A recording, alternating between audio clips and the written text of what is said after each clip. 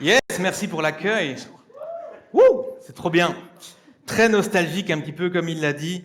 J'ai passé des années, on a passé des années ici dans cette église, dans ce groupe de jeunes. J'ai passé 28 ans dans cette église. Ça fait que j'ai plus de 30 ans, ouais. Je suis un peu plus âgé que vous.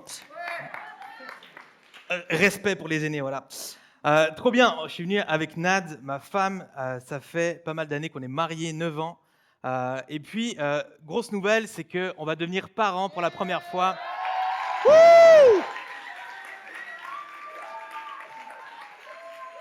Yeah! Ultra reconnaissant. On verra après quand on sera fatigué. Je vous redirai comment ça se passe. Nico, l'expérience. Trop bien. Donc, on est venu avec Nat ce soir. Et puis, je suis venu aussi. On est venu avec Cindy, qui est une bonne amie, qui vient avec nous à Home Lausanne. À Home, on a une phrase qu'on dit tout le temps, c'est qu'on aime faire la vie ensemble. Et on ne veut pas juste le dire, on veut le faire. Et justement, on vient ensemble. À chaque fois que quelqu'un va prêcher ou faire une formation quelque part, on prend des gens avec nous. Et Cindy, elle est là. Elle fait la formation ITF que nous, on a faite au Québec en ce moment. Si tu as des questions sur la Bible, va lui poser des questions. Elle s'en pose elle-même beaucoup. Donc voilà, pour les présentations, je ne vais pas aller plus loin. C'est trop un privilège d'être là, de pouvoir apporter la parole de Dieu. Vous êtes dans une thématique, hein, ça fait une semaine, c'est ça, 2 semaines, une semaine solide et sincère. Ça vous a parlé jusqu'ici? Yes, super. On continue cette thématique. Et ce soir, j'allais dire ce matin, mais non, ce soir, on va continuer cette thématique avec le thème de la liberté. C'est dans quel sens qu'il faut que je prenne ça? Yes. Et le titre de mon message, c'est Esclave de la liberté. Un titre peut-être un peu bizarre. Esclave, liberté, c'est opposé. Moi, j'aime bien ce genre de choses-là. Et avant d'entrer vraiment dans le thème de la liberté, j'aime bien me poser des questions. J'aime bien réfléchir sur toutes sortes de choses, de sujets. Justement, avec Cindy, on parle beaucoup de théologie, l'existence de Dieu, de l'éternité. Qu'est-ce que c'est? Est-ce que Adam avait un nombril? Toutes sortes de questions qu'on peut se poser. Oui, parce que si Adam, il n'est pas né d'une femme, est-ce qu'il a un nombril? On ne sait pas. Et une question que je me pose, une question bien classique, que peut-être tu as eu en cours de philo, c'est quoi le bonheur? Allez, vous avez 2 heures, j'attends vos copies. Jésus, c'est le bonheur. C'est une réponse peut-être courte et facile. Est-ce qu'il n'y a que Jésus dans ta vie? Tu fais rien d'autre que Jésus dans ta vie? Est-ce que tu ne manges pas? Est-ce que tu vois personne? Et la bouffe, il y a toutes sortes de questions. La réalité, c'est qu'on est tous à la recherche du bonheur.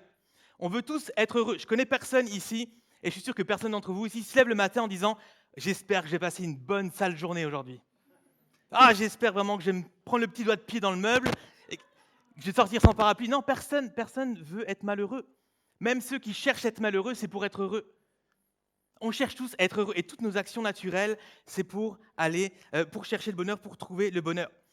C'est quoi la formule magique? Je ne suis pas sûr de l'avoir.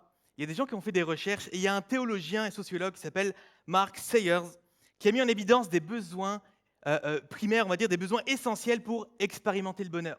Ce n'est pas la formule magique, mais pour vivre le bonheur, peut-être pas 100% du temps, il faut ces éléments-là. Et il a donné 3 besoins. La transcendance a besoin de transcendance. La transcendance, c'est juste ce qui nous dépasse, quelque chose qui est plus grand que moi, qui me dépasse, qui va au-delà de moi. Ça peut être Dieu. Si on sort même de l'Église, du monde chrétien, en psychologie, on va parler du surmoi, quelque chose qui est plus grand que moi. On a besoin de liberté, du libre arbitre, de faire nos choix, qu'on ne nous impose pas tout, mais qu'on fasse notre vie un petit peu aussi selon nos décisions. Et on a besoin de relations. Et ça, c'est une réalité. Je crois que Dieu nous a créés pour être en relation avec lui, en relation les uns avec les autres. Il a créé Adam. Tu es tout seul, ça va pas, il faut que je te crée quelqu'un, on va amener Ève. On a besoin les uns des autres. Donc oui, Jésus, mais aussi les uns des autres. On a été créés, hein. Et puis d'ailleurs, le commandement, aime Dieu, mais aime aussi ton prochain comme toi-même. On a besoin de ces 3-là pour expérimenter le bonheur. La réalité, c'est qu'aujourd'hui, on a tendance à sacrifier la transcendance et les relations pour avoir plus de liberté. C'est une réalité. Et d'ailleurs, la transcendance, c'est pas juste nouveau. Aujourd'hui, ça prend plus de place clairement dans notre société. Mais Adam et Ève, ils avaient tout, Dieu, le jardin, tout ce qui, sauf un arbre, sauf un fruit. Ils voulaient plus de liberté, ils l'ont prise. Ils ont sacrifié la transcendance, ils ont sacrifié pour avoir plus de liberté. Les relations, aujourd'hui, on vit nos relations tellement à distance avec les réseaux, et puis on a peur de s'engager, on n'aime pas l'engagement, on veut toujours se laisser une petite porte de sortie. Même dans le mariage, de plus en plus, on fait des contrats, au cas où ça se passe mal, je veux me laisser une petite porte de sortie. On veut plus de liberté, on a soif de plus de liberté. Je veux être libre de faire tout ce que je veux, je veux être libre de porter ou non mon masque. Et aujourd'hui, on n'a jamais eu autant de liberté. Tu peux être un homme, tu peux être une femme, tu peux être les deux, tu peux être aucun des deux. Tu peux t'habiller comme tu veux, tu peux parler comme tu veux, tu peux te tatouer, pas te tatouer, faire des études des autres, aller étudier à l'étranger, rester ici, travailler toute ta vie. Tu peux faire tout ce que tu veux, quasiment quasiment rien n'est impossible. Aujourd'hui, on a enlevé le adieu derrière.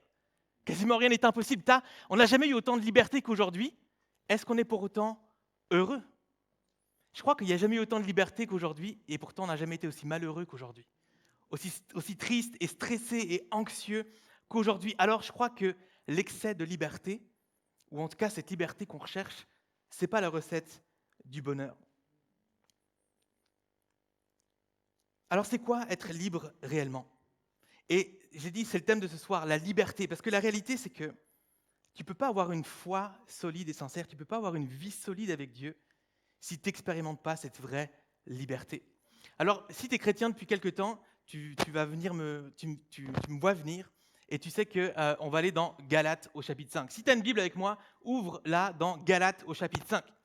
Un petit peu de contexte, l'apôtre Paul, qui a écrit quasiment la moitié du Nouveau Testament, Galates, ça se trouve donc dans le Nouveau Testament, Paul a écrit des lettres à des églises et à des pasteurs.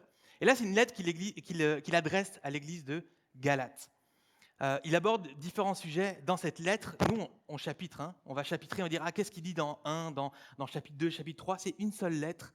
Il parle de plusieurs thèmes. Et au chapitre 5, il parle de la liberté.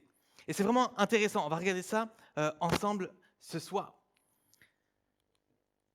Galates 5, on va y aller verset par verset. Christ nous a rendus libres pour que nous connaissions la vraie liberté. C'est pourquoi tenez bon et ne vous mettez pas à nouveau sous le joug de l'esclavage. Il parle de la vraie liberté. Ça veut dire qu'il y a des fausses libertés. Il y a des semblants de liberté. On pense être libre là-dedans, mais ce n'est pas vrai. Et il va aussi dire, voilà, ne te remets pas sous le joug de l'esclavage. Ne sois pas de nouveau esclave de quelque chose. Il y a vraiment cette réalité-là. Esclave de quoi? Libre de quoi? Je sens qu'il y a de l'écho dans mon micro. Est-ce que je change? On continue comme ça va? S'il faut que je change de micro, il ne faut pas hésiter. Esclave de quoi? Libre de quoi? On va le voir, c'est mon premier point. Trop souvent, on se remet esclave du légalisme. Le légalisme, c'est quoi? Peut-être tu connais très bien cette notion. C'est simplement d'essayer de mériter quelque chose de la part de Dieu par tes propres efforts. C'est essayer de respecter la Bible et les lois et les commandements par tes efforts, c'est gagner quelque chose par toi-même. Ça, en résumé, c'est légalisme. Et Paul, il adresse ça, il va dire, il y a un problème dans l'Église, il y a un problème de légalisme dans l'Église. Au verset 2, « Moi, Paul, je vous le déclare, si vous vous faites circoncire, Christ ne vous sera plus d'aucune utilité. » Dans l'Ancien Testament, la circoncision, c'était la marque d'appartenance au peuple de Dieu. Tu ne pouvais pas appartenir à Dieu, vivre une relation avec Dieu, être sauvé si tu n'étais pas circoncis. Je ne vais pas t'expliquer ce que c'est que la circoncision, je crois que vous savez bien. Ça va, surtout les gars, hein? Ouais. On sait bien ce que c'est, ou alors on ne veut pas savoir ce que c'est. Tu ne pouvais pas être sauvé sans la circoncision, c'était une marque distinctive. En gros, c'était pour marquer qu'on était différent, que c'était le peuple élu, choisi de Dieu, il fallait être circoncis. Et là, Paul, il va dire, si vous vous faites circoncire aujourd'hui, alors Christ ne sera plus d'aucune utilité. Parce que c'était une ancienne façon de faire, de circoncire pour aller à Dieu. Maintenant, avec Jésus, c'est plus nécessaire. Il explique, verset 3, « Je l'affirme une fois encore, tout homme qui se fait circoncire est tenu d'accomplir la loi tout entière. » Il y avait une façon de faire pour être sauvé, pour vivre cette relation avec Dieu dans l'Ancien Testament. Il fallait respecter tous les commandements, toute la loi, tout ce qu'on appelle la loi, les commandements, c'est de l'Ancien Testament. Eux, ils n'avaient pas l'Ancien Testament parce que ce n'était pas encore réuni, tous ces écrits-là. Mais c'est ça qu'on appelle la loi. Et d'ailleurs, même à l'époque du Nouveau Testament, à l'époque de Jésus, les pharisiens, les juifs qui respectaient les lois, ils avaient mis des règles en plus pour être sûr de respecter les règles. Il y avait plus de 600 lois, en gros, à respecter.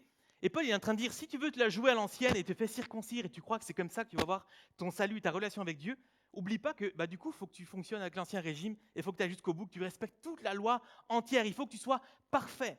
C'est ce que Paul dit. On comprend qu'il y a des gens dans l'église, en gros, Paul écrit cette lettre, c'est pas pour rien. C'est que Paul, sans doute, il a reçu l'info qu'il y a des gens qui se disaient, ok, moi je veux suivre Dieu, je viens à l'église, mais il faut que je me fasse circoncire. Et des gens, sans doute, ils étaient déjà circoncis, parce que Jésus vraiment était arrivé juste à ce moment-là, quelques années avant. Et possiblement, il n'avait qu'été circoncis, d'autres pas. Et puis, voilà, là, tout d'un coup, les gens se disent, est-ce qu'il faut que je me fasse circoncire? Et Paul va dire, en fait, ça, c'est l'ancienne façon de faire. Ok, verset suivant. Vous qui cherchez à être déclarés justes par Dieu en accomplissant la loi, vous êtes séparés de Christ, vous n'êtes plus sous le régime de la grâce. Et en gros, c'est ça, il y a le nouveau régime. Jésus arrive Et en fait, il n'y avait que Jésus qui était parfait pour pouvoir accomplir pleinement tous les commandements. Il n'y avait que Jésus qui était capable de faire ce qui était pleinement demandé dans l'Ancien Testament. Et Paul va dire, vous ne pouvez pas y arriver. Et si vous fonctionnez comme ça, c'est un ancien régime, c'est le régime de la loi. Et du coup, Christ, il ne vous sert à rien.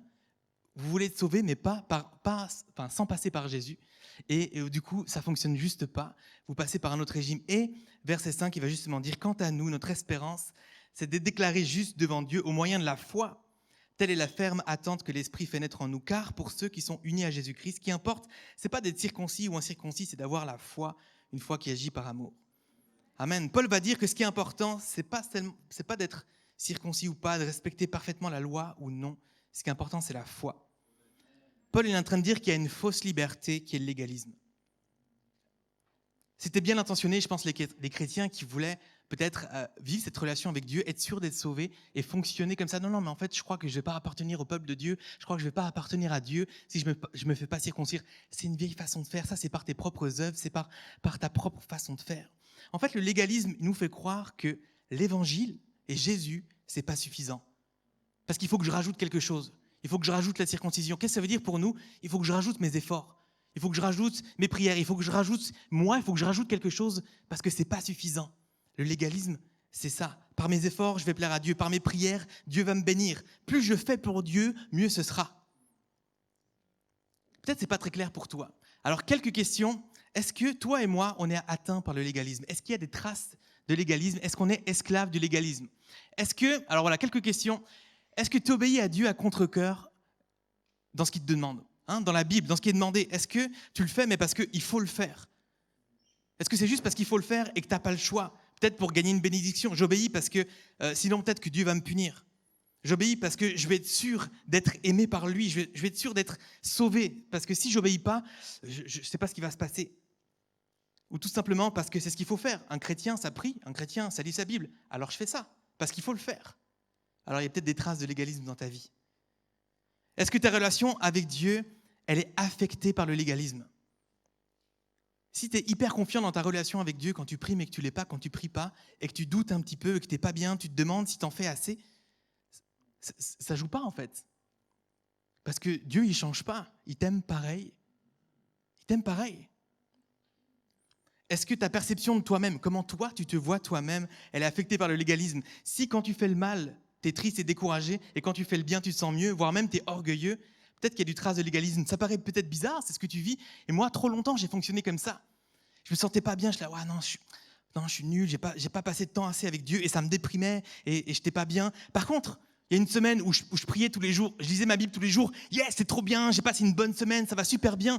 Non pas parce que je recevais l'amour de Dieu et sa paix et son action et sa joie dans ma vie, mais juste parce que j'étais content d'avoir pris du temps avec Dieu. Et en fait, je me suis béni moi-même par mes œuvres et par ma capacité à être un bon chrétien. Alors que ton moral, en fait, et ta joie ne devrait pas dépendre de ce que tu fais, devrait dépendre de Dieu. On se rend compte qu'il y a facilement des traces de légalisme dans notre vie. Facilement, on veut faire les choses bien pour Dieu, et en fait, c'est une fausse liberté. On pense qu'on va arriver à quelque chose, mais en fait, non. Est-ce que ta perception des autres est affectée par le légalisme ? Il y a des traces de légalisme quand tu appliques tes propres standards aux autres. Quand tu dis, lui, il parle comme ça, un chrétien ne devrait pas parler comme ça. Lui, il fait ça, un chrétien ne devrait pas faire ça.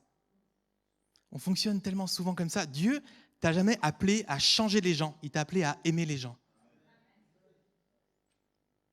Trop souvent, il y a des traces de légalisme. On juge les autres, on pense qu'ils devraient faire comme ci, comme ça. En fait, la réalité, c'est qu'on va être jaloux peut-être de ceux qui sont plus spirituels que nous, et puis on va critiquer ceux qui sont moins bien que nous. Plutôt que d'aimer, en fait. Jésus aime pareil les gens. Et ça ne veut pas dire qu'il faut tout accepter. On peut accompagner les gens, porter les gens, cheminer avec les gens. Mais il y a peut-être des traces de légalisme dans ta vie, dans ma vie, et on est tous en chemin. Je ne suis pas là pour juger. Il y a encore des traces de légalisme dans ma vie aujourd'hui. Mais une foi solide, elle ne peut pas reposer sur quelque chose qui n'est pas solide.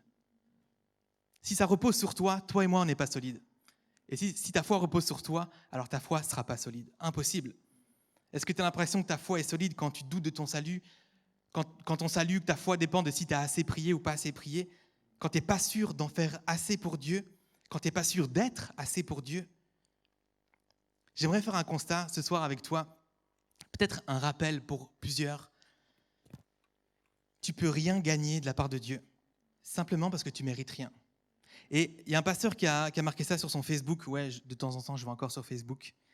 J'ai pas TikTok, je sais. Il a écrit cette phrase hyper punchy. La seule chose que Dieu nous doit, c'est l'enfer. Tout le reste n'est que pure grâce. La réalité, c'est qu'on est pécheurs, notre cœur est corrompu, et en fait, on désobéit à Dieu, on est ennemi de Dieu. Dans notre nature, on est contre Dieu. Et pour ça, on mériterait d'aller en enfer. C'est tout ce que Dieu nous doit s'il nous doit quelque chose. Tout le reste, c'est que de la grâce. Tu peux rien mériter de la part de Dieu, tu peux rien gagner de la part de Dieu. Tu veux que je te dise, tu pries pas assez, tu lis pas assez ta Bible, tu n'évangélises pas assez, tu n'aimes pas assez, tu vas pas assez à l'église.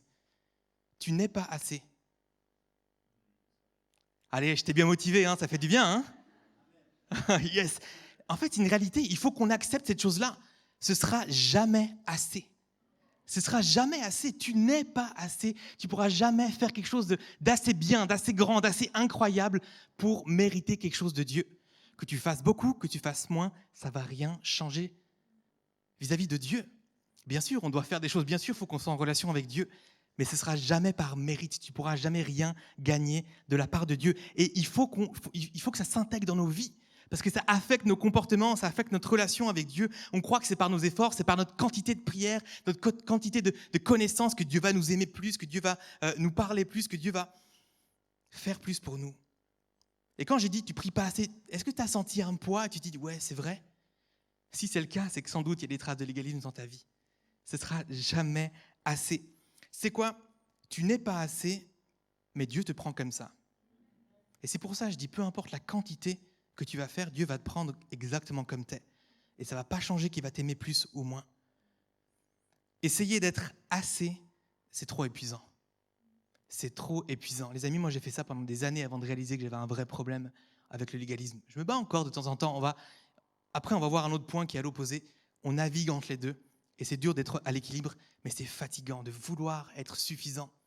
Et tu sais quoi, on le vit, toi et moi, on le vit, peut-être encore plus dans ta tranche d'âge que dans la mienne. On essaye d'être assez au regard des autres. On essaie d'avoir un feed Instagram assez bien. Il faut que je m'habille assez bien, il faut que je parle assez bien, il faut que je fitte partout. Il y a un poids, mais tellement un poids partout dans notre société pour être suffisant, pour réussir à l'école, pour partout, productivité, tout le temps. Et on le met dans notre foi. Il faut que je sois assez pour Dieu. Tu ne seras jamais assez pour Dieu, mais Dieu te prend comme ça. Commence à le comprendre, commence à le vivre. Dieu te prend exactement comme t'es. Tes temps de prière te sauveront jamais, tes efforts pour plaire à Dieu ne t'offriront jamais son approbation. Tout ça, c'est gratuit. Dieu ne va pas te récompenser plus si tu viens 3 fois par semaine à l'église et tout ce que tu fais pour obtenir quelque chose de Dieu, exprès pour l'obtenir, ça ne sert à rien. Il faut qu'on redéfinisse notre relation avec Dieu. Alors comment se libérer du légalisme? Quel genre d'action concrète, je veux que ce soit concret ce soir, on peut faire? Quel genre de comportement on peut faire pour corriger ça, pour essayer de changer ça? Une première action, développe une attitude de reconnaissance. Tu vas me dire, c'est quoi le lien? Quand tu pries dans tes journées, avant tes repas, à l'école, dans ton transport, arrête pas de dire merci à Dieu parce que tout vient de toi. Tout vient de toi et non, ça ne vient pas de moi. Oui, je travaille pour mon salaire, mais Seigneur, tu me donnes la force, tu me donnes le travail, tu me donnes toutes choses, tout vient de toi. J'ai de l'argent, j'ai des amis, j'ai de la nourriture. Merci Seigneur parce que tout vient de toi. Ce n'est pas grâce à moi, c'est grâce à toi. Et on remet le focus sur Dieu. Deuxième action que tu peux faire, sonde tes motivations. Pose-toi la question, pourquoi? Dans toute ta vie, dans tout ce que tu fais, mais aussi particulièrement dans ta foi. Pourquoi est-ce que tu viens à l'église? Pourquoi tu es là ce soir? Parce qu'il le faut, c'est vendredi soir. Parce que si je ne viens pas, on va me demander où j'étais. Parce qu'un chrétien, ça va à l'église. Ah, parce que je dois servir, c'est vrai. Donc là, Jonas est en train de me dire que si moi, je n'ai pas envie de venir à l'église parce que je ne le sens pas, je ne dois pas venir à l'église. Non, je dis va à l'église, mais motive-toi. Change ta motivation. Combien de fois je suis venu et honnêtement, on est tous fatigués. Des fois, le dimanche matin, c'est tôt, je dois servir et je suis là. Mais plutôt que de me dire je vais rester chez moi parce que je ne suis pas bien disposé, je me dispose. Je vais dire Seigneur, je veux venir à l'église parce que l'église, c'est le corps. Je fais partie du corps. Je suis lié les uns avec les autres. Les gens ont besoin de moi pour que je les accueille, pour que je les aime, pour que je les bénisse. J'ai besoin des autres pour être en relation avec les autres, pour être béni, pour recevoir. Seigneur, je vais aller à l'église pour t'offrir ma célébration. Seigneur, viens me parler ce matin. Viens me parler ce soir. Pourquoi tu viens à l'église? Pourquoi tu pries? Parce qu'il le faut. Est-ce que Dieu, c'est le Dieu de... Il y a une case dans ta vie où c'est la case Dieu. Une fois que c'est prié, c'est fait, c'est coché. Est-ce que Dieu est une case dans ta vie? Pourquoi tu pries? Seigneur, il faut que je prie, je suis chrétien. Je suis fatigué, j'ai pas envie. Si tu savais le nombre de prières que j'ai commencé comme ça, Seigneur, j'ai pas envie de prier. Et je terminais à fond, Seigneur, merci pour quitter et tout ça. Demande, voilà, pose-toi la question, pourquoi je prie? Seigneur, en fait, je ne veux pas prier parce qu'il le faut, mais parce que j'ai besoin de toi, parce que je veux être en relation avec toi, parce que quand je suis en relation avec toi, je suis nourri par toi, j'ai la meilleure des vies que je peux vivre. Pourquoi tu lis ta Bible? Pourquoi? Pose-toi les questions, ce sont tes motivations. Change ton focus, je l'ai dit peut-être un tout petit peu avant, mets plus le focus sur Dieu que sur toi. Pas sur tes propres œuvres, pas sur ce que tu accomplis, mais sur ce que Dieu fait. J'ai besoin de toi, plus de ta joie dans ma vie. Transforme-moi, que je sois plus comme toi. Christ vit en moi, moins de moi, plus de toi, plus centré sur Jésus. 3 autres actions, vis une relation plutôt qu'une obligation. Ça, je l'ai dit un petit peu, mets pas Dieu dans une case, c'est pas juste quelque chose qu'il faut faire. Dieu est une personne, c'est pas une machine. Okay, c'est une personne. Et quand tu vis une relation avec quelqu'un, si tu arrives en retard une fois, c'est OK. Tu arrives en retard 2 fois, c'est OK. La 3e, bon, fais attention. C'est pareil avec Dieu. Un jour, tu pries pas. Si tu culpabilises toute ta vie parce que tu n'as pas prié un jour, non, ça marche pas. C'est une relation. Dieu va comprendre, OK? 2-3 fois dans ta semaine. Mais laisse pas les choses comme ça. Tu as besoin de Dieu, tu as besoin d'une relation avec Dieu. Et puis Dieu va dire, hey, oublie-moi pas, je suis là. Tu vois, sois au rendez-vous. Une relation plutôt qu'une obligation. Hein, on dit souvent, ah oui, Jésus, c'est une relation, c'est pas une religion. Vivons-le, les amis, vivons-le. Aimer plutôt que juger, ça aussi, je l'ai dit, Dieu nous a jamais demandé de changer les gens, mais plutôt de les aimer. Alors commence à aimer les gens. Arrête de les juger, commence à les aimer, les encourager. Et puis, n'impose pas tes standards aux autres. Juge pas leur style de vie, fais juste les aimer. Pas par mérite, par pitié. Comme je l'ai dit souvent, et nous, à Home, on a des petits groupes. Je sais qu'ici, il y a aussi des petits groupes. On partage, on prie ensemble. En ce moment, on vit une série qui s'appelle « Les uns les autres ». Dans la Bible, il y a plein de fois. Aimez-vous les uns les autres, priez les uns pour les autres, veillez les uns pour les autres. On parlait de l'amour de Dieu et on a réalisé dans notre petit groupe que tous, on avait une tendance à chercher à mériter l'amour de Dieu. Dans nos prières, notre façon de faire et tout ça. Et moi, je disais, ouais, pas par mérite et pas par pitié, parce que moi, j'ai réalisé que je ne peux pas mériter l'amour de Dieu. Et tu vois, l'humain est tellement dysfonctionnel que moi, j'essaie de gagner l'amour de Dieu par la pitié. Oh, regarde comme je suis nul, regarde comme je suis un mauvais chrétien, donne-moi ton amour, comme tu vois que je suis mauvais, hein, j'en ai besoin. J'essaie de gagner la pitié de Dieu. Mais mérite ou pitié, en fait, Dieu m'aime pareil, peu importe ce que je fais. Donc, ni par mérite, ni par pitié, fonctionne juste par grâce. Ce que Dieu te donne, c'est par grâce et parce qu'il t'aime, non pas parce que tu fais ou parce que tu le mérites. Maintenant, il y a un petit peu l'opposé, il faut mesurer. Ok, Joe, tu me dis, super, pas par grâce, fais plus rien. Cette citation que j'aime beaucoup, la grâce n'est pas opposée à l'effort, elle est opposée au mérite. La grâce est comme un cadeau qu'on nous offre et notre effort est de la déballer toute notre vie. C'est cette façon-là qu'il faut vivre la vie avec Dieu. C'est une grâce, c'est pas par mérite, mais ça demande de l'effort d'entretenir cette grâce, de vivre cette grâce. Oui, il y a de l'effort à faire de toute manière. La vie avec Dieu, je ne peux pas dire qu'elle est toute facile, que c'est tout rose et qu'il n'y a jamais aucun problème, mais il n'y a pas de meilleure vie et elle est censée être joyeuse, pleine de vie et légère et lumineuse. Si ta vie avec Dieu, c'est « je prie pas assez, purée, il faut que je fasse plus, je ne suis pas sûr d'être sauvé, est-ce que Dieu va me punir, est-ce que les gens vont me juger ?» C'est pas mal négatif comme vie avec Dieu. Donc peut-être faut changer le comportement avec les actions qui ont été là. On est tous en chemin. À l'opposé du légalisme, il y a le laxisme. Le laxisme, c'est vraiment juste l'inverse. Pas faire assez du tout. Après avoir dit que nos efforts ne nous sauveront jamais, on peut se dire « on ne fait plus aucun effort ». J'ai dit non. Et j'ai sorti une situation personnelle que j'ai inventée pour ce soir, un peu cheap. Dieu n'est pas honoré quand tu passes ton temps à binge-watcher. Il y en a plusieurs qui ne connaît pas binge-watcher ici? Oh, je ne suis pas si vieux. Oh, yeah. Incroyable. Qui c'est qui a Netflix ici? Ok. Quand tu passes une série de 3 saisons en une semaine, tu as binge-watché. C'est quand tu kills une série en trop peu de temps, beaucoup trop peu de temps, c'est que tu passes ton temps là-devant pendant plusieurs semaines, plusieurs jours, plusieurs mois. Voilà, binge-watcher, c'est ça. Et je dis, voilà, Dieu n'est pas honoré parce que simplement, oui, il y a une réalité, c'est que je ne peux pas juste faire ma vie tranquille. Oui, Dieu est plein de grâce, c'est génial, j'ai aucun effort à faire, Dieu fait tout, je ne peux rien mériter de toute manière, alors je fais rien. Non, Dieu n'est pas honoré, tu ne peux pas vivre quelque chose avec Dieu. Si tu cites ça, tu me cites moi dans cette citation. Non, je plaisante. Elle est vraiment nulle, cette citation. On continue la suite du texte. Oui, mes frères et sœurs, vous avez été appelés à la liberté, à être libres, entre autres, du légalisme. Mais ne faites pas de cette liberté un prétexte pour vivre comme des hommes livrés à eux-mêmes. Faisons pas de cette liberté que Jésus nous offre. On est libre en lui pour vivre comme on le veut de n'importe quelle façon. Paul nous parle ici de cette fausse liberté, du laxisme. Dans sa définition du Larousse, ça parle d'être trop tolérant. En fait, c'est ça le laxisme. C'est d'être trop tolérant avec nous-mêmes. C'est de dire, c'est OK quand ça ne l'est pas forcément. Paul va dire que cette liberté que Jésus offre, c'est pas d'être libre de tout faire ce que tu veux, comme tu veux, quand tu le veux. Il va justement dire, verset suivant, au contraire, par amour, mettez-vous au service les uns des autres. Se mettre au service, s'impliquer, ça implique qu'on fait mourir un peu de notre liberté pour les autres. Le laxisme, il nous fait croire que le péché, c'est pas si grave. Quand on fait ça, en fait, on méprise la croix. Quand on dit, non, mais bon, je fais ce comportement, c'est peut-être pas très bien, mais c'est OK. On est en train de dire ce que Jésus a fait à la croix, c'était pas si important finalement. Parce qu'il est mort pour tes péchés. Mais quand on dit les péchés, c'est pas grave, c'est que la mort de Jésus, c'était pas grand-chose, ça n'a pas beaucoup de valeur. C'est assez grave, c'est assez profond. Notre soif de liberté nous pousse à nous libérer du besoin de qui que ce soit, même de Dieu. Je deviens mon propre Dieu. Je suis mes propres règles, comme Adam et Ève. Des fois, dans la religion, de façon générale, les autres voient, en tout cas dans la religion, trop d'interdits, d'obligations. Ça enfreint trop mes libertés. Non, c'est trop compliqué, je veux être plus libre que ça. Alors on fait à notre tête, on mord dans le fruit interdit, on vit notre vie comme on l'entend, on se dit de toute manière, Dieu nous aime, Dieu nous pardonne. Ça, c'est le laxisme. Mais Paul nous invite à être libre du laxisme.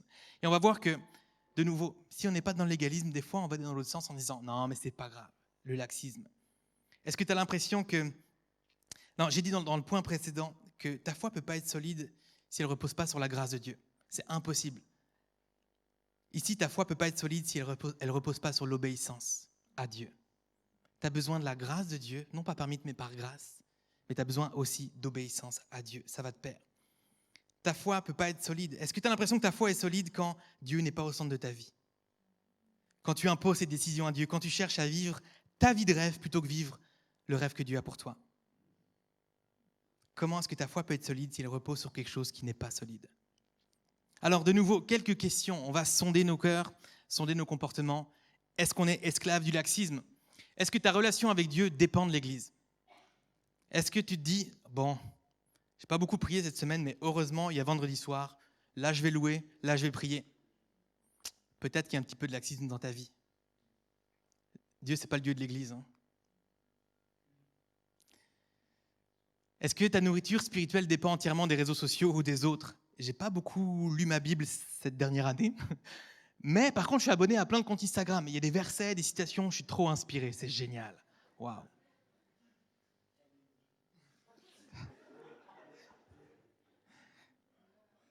Ces versets, ils sont très bons, ces citations sont très bonnes, c'est très bien. Venir à l'église, c'est très bien aussi. Mais peut-être que tu es un peu trop tolérant avec toi-même. De nouveau, je ne veux pas mettre une obligation. Et là, on voit qu'on bascule d'un à l'autre. Je ne veux pas te dire, non, il faut que tu lises ta Bible, mais c'est important que tu lises ta Bible si tu veux grandir. En fait, si tu veux connaître Dieu, Dieu, qui il est, c'est marqué dans la Bible. Si tu veux connaître les bénédictions et les promesses qu'il y a sur ta vie, c'est dans la Bible. En fait, vraiment, on le dit, c'est un guide. La meilleure des vies que tu peux vivre, c'est avec Dieu, juste parce qu'il est Dieu. Tu connais quelqu'un d'autre qui est Dieu? Il y a juste Jésus, tu vois.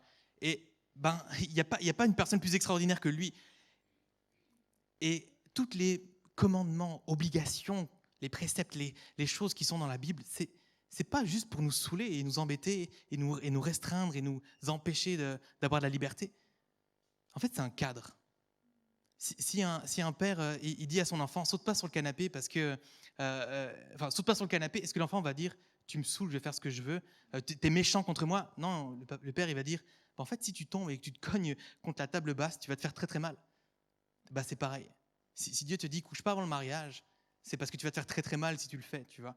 Et que c'est pour toi en fait, c'est pas pour t'interdire ou tout ça, c'est qu'il y a un cadre, il y a un contexte dans lequel faire ce genre de choses et tous les commandements, c'est pour ton bien en fait, c'est parce qu'il t'aime. Et ça, pour le découvrir, c'est dans la parole de Dieu. C'est une parenthèse.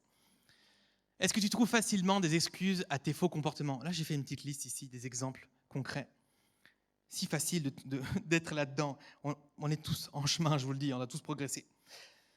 Bon, un péché de plus, un péché de moins. Maintenant que je suis dedans, autant que je profite de mon péché un petit peu plus, puis Dieu me pardonnera plus tard. Je sens que ça parle ce soir. Ouais, mais Dieu, il est amour, non? Donc même si je fais n'importe quoi avec ma sexualité, il va continuer à m'aimer, c'est ok, c'est bon. Arrêtez de fumer des joints. Non, mais tu sais, Dieu, il veut mon bien, il veut me bénir. Il est pour moi, il n'est pas contre moi. On utilise la Bible, c'est bien, contre Dieu, tu sais. Génial. Arrêtez de critiquer, juger les autres. Ah, Dieu est plein de grâce. Et puis il sait que ces gens, ils me saoulent de toute manière. J'exagère un petit peu, hein, mais ça révèle certaines réalités dans nos vies. On est pas mal tolérant quand ça nous arrange dans certains de nos comportements. Souvent, c'est un peu plus subtil que ça, mais je crois qu'au fond de nous, on sait très bien quand on fait le mal et on sait très bien si Jésus n'est pas au centre de notre vie. Oui, Dieu fait grâce, mais il faut se rappeler qu'il y a un seul chemin. Ça a été dit avant dans cette parole. Jésus, il est le chemin, la vérité, la vie. Un chemin de vie, un chemin de mort. C'est pas ton chemin, c'est Jésus le chemin. Cette citation que j'aime énormément. La grâce ne te permet pas de pécher librement, elle te permet d'être libre du péché. La grâce de Dieu, c'est pas juste dire ouais, c'est bon, je suis libre et maintenant je suis libre, je fais ce que je veux. Non, c'est que tu es libre justement du péché. C'est ça la grâce de Dieu, la puissance de la grâce de Dieu dans ta vie, son action dans ta vie. On ne peut pas dire qu'on est chrétien mais pas obéir à Christ. Il faut trouver l'équilibre entre les deux. Essayer à tout prix d'obéir à tous les commandements, toutes les lois pour plaire à Dieu, ça ne fonctionne pas, puis on n'y arrivera pas. Et juste faire juste à notre tête et vivre notre vie comme on le veut, ça ne fonctionnera pas non plus. Il faut trouver l'entre-deux, l'équilibre. Pour combattre le laxisme, fais un choix. Dans des comportements où pour Dieu, il faut que tu fasses un choix. Tu ne peux pas avoir les deux. Tu ne peux pas dire je veux les bénédictions, mais je veux aussi ma liberté. Ma fausse liberté. Il faut faire un choix. Il faut faire un choix. Choisis Dieu ou alors toi, ta vie. Mais il faut que tu fasses des choix pour Dieu. Mets Dieu au centre de ta vie. Ça veut dire que implique-le dans tes décisions. Fais pas juste ok, je suis chrétien, j'ai plus ou moins une relation avec Dieu, mais mes grandes décisions, tout ça. Non. Meurs à toi-même et donne toutes tes décisions à Dieu. Mets Dieu au centre de ta vie, dans toutes tes décisions, dans ton travail, dans ton école, dans tes relations, dans tes hobbies, dans ta famille, dans tout ce que tu fais, dans ce que tu regardes. Mets Dieu au centre de tout. Et troisièmement, meurs à toi-même. Ça veut vraiment dire juste, voilà, cherche à vivre la vie que Dieu a pour toi et pas la tienne. Et c'est pas agréable de mourir à soi. C'est une action, c'est compliqué, c'est toute une vie. Ok, c'est pas, ok, aujourd'hui je meurs à moi et c'est bon pour toute la vie. Non, c'est une décision de tous les jours, c'est un combat. On est tous en train de faire ce combat-là. Voilà, cherche ce que Dieu demande. Meurs à toi-même, c'est chercher sa volonté. Dans la Bible, dans la prière, les uns avec les autres. Une foi solide, ça se vit comment? Ça se vit dans la liberté, la vraie liberté. Entre deux, et du coup, cet équilibre, c'est quoi? Et c'est mon dernier point, esclave de Jésus-Christ. On ne veut pas être esclave du légalisme ni du laxisme, on veut être esclave de Jésus. Et peut-être si tu es nouveau à l'église, ça peut paraître très bizarre de dire le mot surtout esclave, hein, c'est fort, c'est profond. Esclave de Jésus-Christ, et c'est pour ça que le titre de mon message, c'est esclave de la liberté. Dans la Bible, Paul, l'apôtre Paul qui a écrit justement Galates, cette lettre qu'on a lu un petit peu, souvent, et en fait les lettres qu'il écrit, c'est exactement comme aujourd'hui. Quand tu fais une lettre officielle, peut-être tu n'en as pas fait beaucoup, en haut à gauche, tu mets ton nom, ton adresse, à droite, tu mets le destinataire, en bas, tu signes, tu mets ton nom. C'est pareil avec Paul. Il va toujours commencer sa lettre en disant « Moi, Paul, telle personne apôtre de Jésus, je m'adresse à l'église de Galate, qui sont les chrétiens qui sont à Galate, à Corinthe, etc. » Et il termine souvent avec une conclusion. Même fonctionnement. Et souvent, dans son introduction, Paul il va dire, dépendamment de la version de ta Bible que tu as, il va dire « Moi, Paul, esclave de Jésus-Christ. Moi, Paul, prisonnier dans le Seigneur. » C'est incroyable. Lui-même, il se met dans cette condition, il se considère comme ça. Et c'est vraiment une condition d'esclave. Je me mets comme esclave de Jésus. Je veux dépendre de lui, je veux qu'il soit mon maître réellement. Et je ne veux pas être esclave d'autre chose que de Jésus. Dans ce message ce soir, il y a une bonne et une mauvaise nouvelle. La mauvaise nouvelle, c'est qu'on ne pourra jamais être libre par nous-mêmes. La bonne nouvelle, c'est que Dieu a fait ce qu'il fallait pour qu'on puisse être libre, pour nous offrir la liberté. Comme j'ai dit, tu peux faire tous tes efforts pour être libre du péché, de tes mauvais désirs, mauvais comportements, déviants, mais tu deviendras esclave du légalisme. Tu peux faire ta vie libre de Jésus, mais tu seras esclave du laxisme. La vraie liberté se trouve en Jésus-Christ. On continue le texte, c'est pas moi qui invente. Galates 5, 16 à 18, c'est peut-être un peu petit, non, ça va pour vous. Ouais, c'est même mieux pour moi. Voici donc ce que j'ai à vous dire. Laissez le Saint-Esprit diriger votre vie et vous n'obéirez plus aux désirs de votre propre nature. Car notre propre nature a des désirs contraires à ceux de l'Esprit et l'Esprit a des désirs contraires à ceux de notre propre nature. Ils sont complètement opposés l'un à l'autre, de sorte que vous ne pouvez pas faire ce que vous voudriez. Mais si l'Esprit vous conduit, alors vous n'êtes plus soumis à la loi. Verset 16, laissez le Saint-Esprit diriger votre vie et vous n'obéirez plus aux désirs de votre propre nature. Laisse le Saint-Esprit diriger ta vie et tu seras libre du laxisme. Tu seras libéré de tes propres comportements, de tes propres déviances, tu seras libéré de ta propre vie, tes propres choix. Pour ça, il faut être dirigé par le Saint-Esprit. Il faut laisser l'Esprit de Dieu agir en toi et diriger ta vie, décider pour ta vie. Et au verset 18, c'est le dernier sur l'écran là. Mais si l'Esprit vous conduit, alors vous n'êtes plus soumis à la loi et tu es libéré du légalisme. C'est une vie conduite par l'Esprit. C'est ça la solution. Ça coûte quelque chose cette liberté, toute notre vie, de mourir à nous-mêmes, mais ça en vaut la peine. J'ai dit aujourd'hui, on n'a jamais eu autant soif de liberté, mais ces libertés, c'est des pièges. Ces libertés, c'est des prisons, c'est de l'esclavagisme. On n'a jamais été aussi libre, on n'a jamais été aussi triste. Et on peut penser à tellement de célébrités, de gens. Quand je préparais le message, je pensais à des gens, mais vous les connaissez peut-être pas. Et vraiment, je me suis dit, je suis vieux, ou alors voilà. Mais il y a tellement de célébrités qui ont tout ce qu'ils veulent, que ce soit de la drogue ou sans drogue, les filles, les gars, pas les gars, célébrités, le pouvoir, l'argent, qui se suicident ou qui sont tristes, qui sont en dépression, qui prennent des médicaments, qui sont jamais satisfaits. On n'a jamais eu autant soif de liberté, on n'a jamais été aussi emprisonné. La vraie liberté, c'est en Jésus. Notre liberté à nous, et cette liberté que peut-être le monde propose, voilà ce qu'elle donne. On sait bien comment se manifeste, et c'est des versets bien connus, comment se manifeste l'activité de notre propre nature. Dans l'immoralité, l'impureté et le vice, le culte des idoles et la magie, les gens se haïssent les uns les autres, se querellent et sont jaloux. Ils sont dominés par la colère, les rivalités. Ils se divisent en parties et en groupes opposés. Ils sont envieux, ils se livrent à l'ivrognerie, à des orgies et commettent d'autres actions semblables. Je vous ai averti maintenant, comme je l'ai déjà fait. Ceux qui agissent ainsi n'auront pas place dans le royaume de Dieu. Est-ce que ça c'est une vie qui te donne envie? Tu as l'impression que tu es libre comme ça? Ça, c'est le fruit de la soi-disant liberté, de toute la liberté qu'on peut avoir. Mais ce que l'Esprit produit, le Saint-Esprit produit dans cette vie par l'Esprit, c'est l'amour, la joie, la paix, la patience, la bienveillance, la bonté, la fidélité, la douceur, la maîtrise de soi. Qui ne voudrait pas plus de ça dans sa vie? Et tu sais quoi, je vais aller plus loin. Tes amis à l'école, à ton travail, dans ta famille, ils ont besoin de ça eux aussi. Ils ont besoin que tu incarnes ces réalités dans ta vie. Incarne ces fruits-là, porte ces fruits pour ta vie et autour de ta vie. Souvent, on prend ces versets en dehors, un peu de... Et c'est très bien de le dire, bien sûr, c'est des réalités, notre comportement versus ce que Dieu fait dans notre vie, mais ça démontre vraiment le fruit de la vraie liberté en Jésus. Deviens esclave de Jésus et tu vivras ces réalités. Deviens esclave de Jésus et tu seras réellement libre. Ce que Dieu a pour toi est meilleur que ce que tu as pour toi-même. Son plan est meilleur. Comme je l'ai dit, ses commandements ne sont pas là pour t'embêter, mais juste pour te bénir et prendre soin de toi. Dieu est Dieu, il est parfait, illimité. Toi et moi, on est imparfaits et très limités. Certains plus que d'autres. Non, c'est pas vrai. Il n'y a pas de plus belle vie que de vivre une vie vraiment libre. Et je termine ici en répétant, peut-être en résumant juste ce message. Une foi solide, c'est une foi qui repose sur la grâce de Dieu et l'obéissance à Dieu. Vis cette vie par l'Esprit. Lâche prise sur tes propres efforts. Tu ne pourras jamais rien gagner parce que tu ne mérites rien. Dieu te donne par grâce. Alors va devant Dieu, pas par mérite ou avec orgueil, mais juste en cherchant, en demandant. Et obéis à Dieu. Fais pas juste ta vie sans lui. Fais pas juste ta vie sans lui. Je vous propose qu'on termine là en prière. On peut fermer les yeux, se mettre devant Dieu.